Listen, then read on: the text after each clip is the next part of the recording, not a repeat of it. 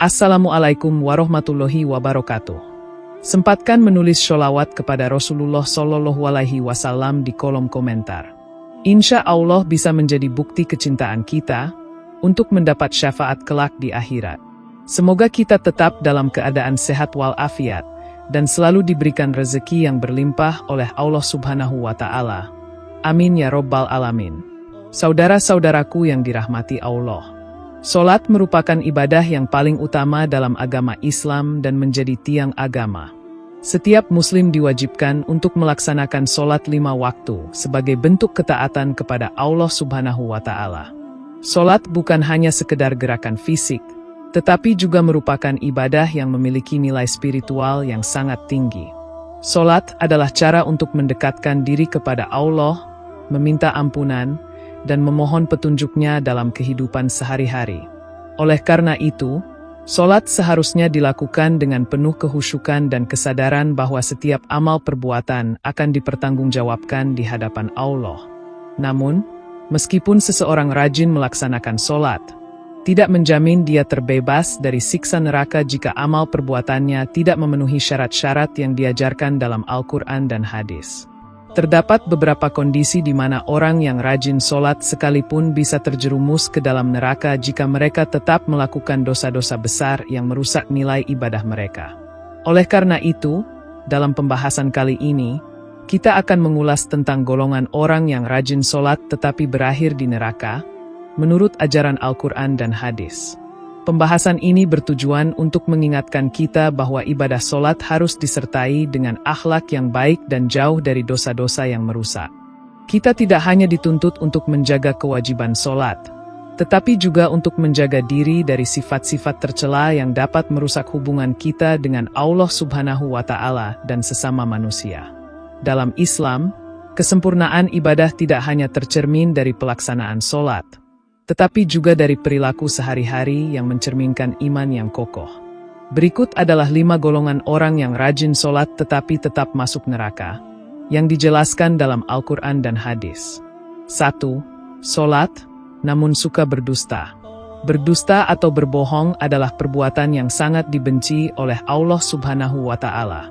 Meskipun seseorang rajin melakukan sholat, jika ia kerap kali berbohong, maka pahala sholatnya bisa terhapus dan dia berisiko terkena siksa neraka. Dalam Al-Quran, Allah Subhanahu wa Ta'ala dengan jelas melarang umat Islam untuk berdusta. Allah Subhanahu wa Ta'ala berfirman dalam surat Al-Ahzab, ayat 70-71.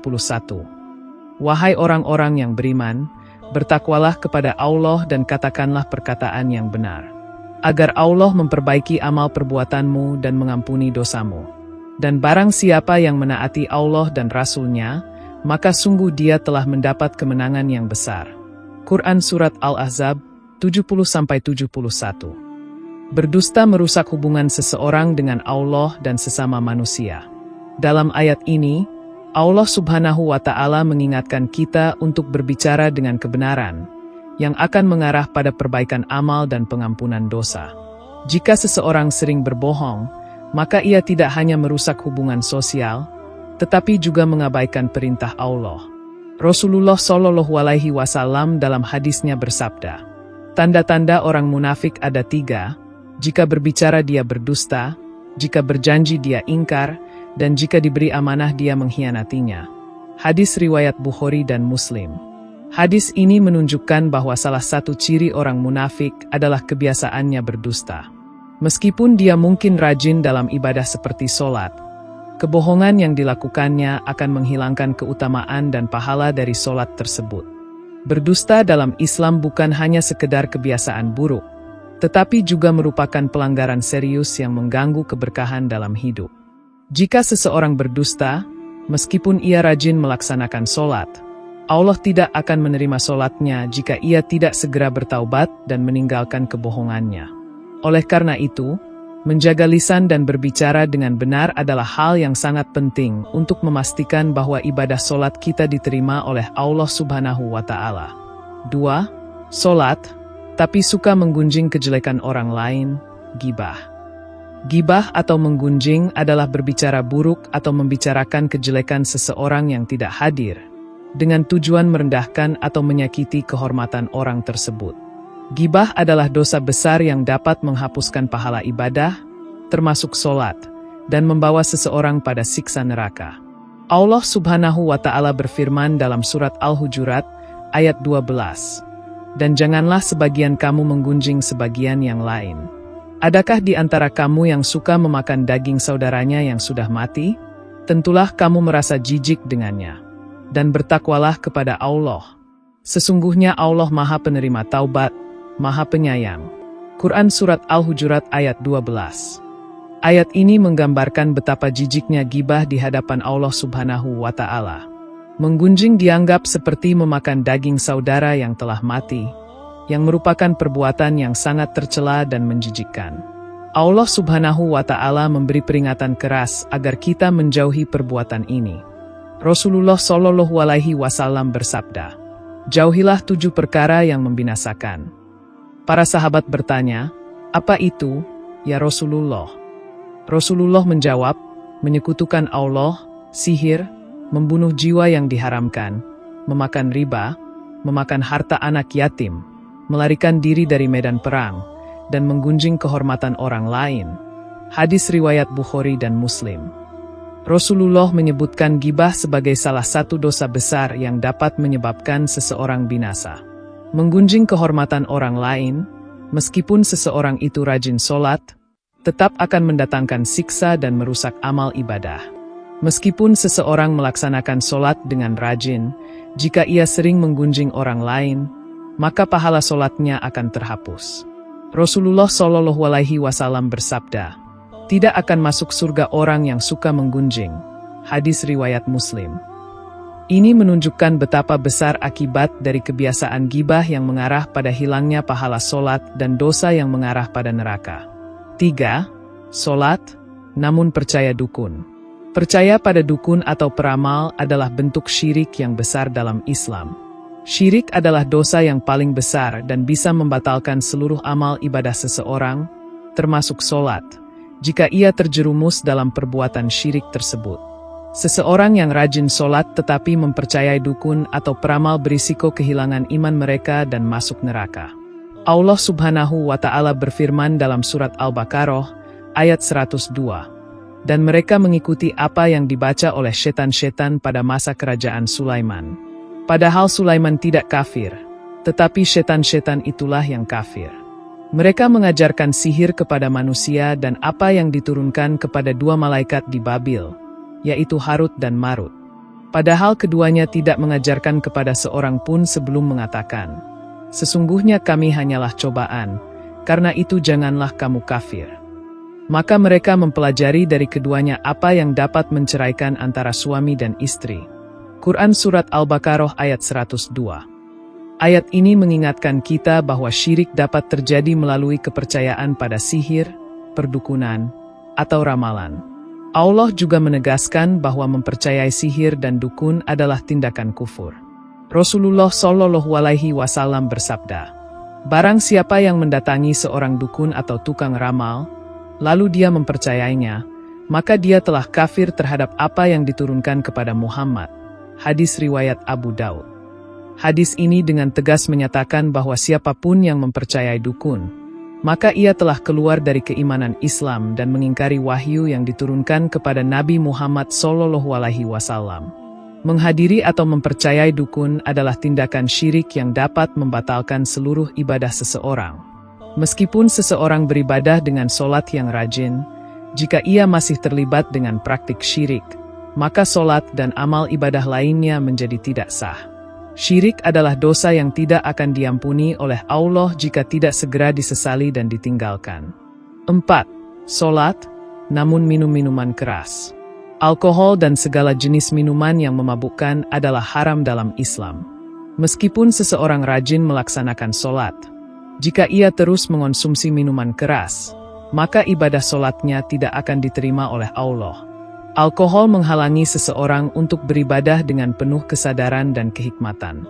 Allah Subhanahu wa Ta'ala berfirman dalam surat Al-Maidah, ayat 90, "Wahai orang-orang yang beriman, sesungguhnya khamar, judi, berhala, dan azlam adalah kotoran dari pekerjaan setan, maka jauhilah itu agar kamu beruntung. Quran Surat Al-Maidah ayat 90. Ayat ini sangat jelas melarang umat Islam untuk mendekati alkohol, karena minuman keras termasuk dalam perbuatan yang dicontohkan oleh setan dan dapat menyebabkan kerusakan besar dalam kehidupan. Rasulullah Shallallahu Alaihi Wasallam bersabda, "Setiap yang memabukkan adalah khamar, dan setiap yang memabukkan adalah haram." Hadis riwayat Muslim. Rasulullah sangat menekankan bahwa mengonsumsi alkohol adalah dosa besar yang harus dihindari oleh setiap muslim, meskipun orang tersebut rajin dalam melaksanakan ibadah sholat. Alkohol dapat mempengaruhi akal dan kesadaran seseorang, sehingga akan menghalangi konsentrasi dan kehusyukan dalam melaksanakan ibadah sholat. Sholat yang dilakukan oleh orang yang mengonsumsi alkohol bisa menjadi sia-sia karena pengaruh dari minuman keras tersebut. Jika seseorang tidak segera berhenti dari perbuatan haram ini, maka dia berisiko mendapatkan siksa dari Allah. 5. Sholat, namun mengabaikan anak yatim. Anak yatim adalah golongan yang sangat diperhatikan dalam Islam, dan Allah Subhanahu wa Ta'ala menekankan agar umat Islam memberikan perhatian penuh terhadap mereka. Mengabaikan hak-hak anak yatim merupakan salah satu dosa besar dalam Islam. Orang yang rajin sholat tetapi mengabaikan anak yatim berisiko mendapatkan azab dari Allah. Allah Subhanahu wa Ta'ala berfirman dalam surat Al-Baqarah, ayat 220. Dan mereka bertanya kepadamu tentang anak yatim. Katakanlah, memperbaiki keadaan mereka adalah baik. Jika kamu mencampurkan harta mereka dengan hartamu, maka mereka adalah saudaramu. Quran Surat Al-Baqarah ayat 220.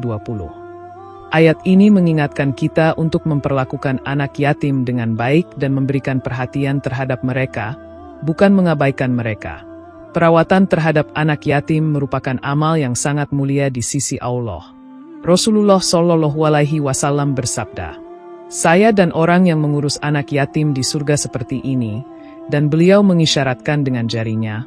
Hadis riwayat Bukhari.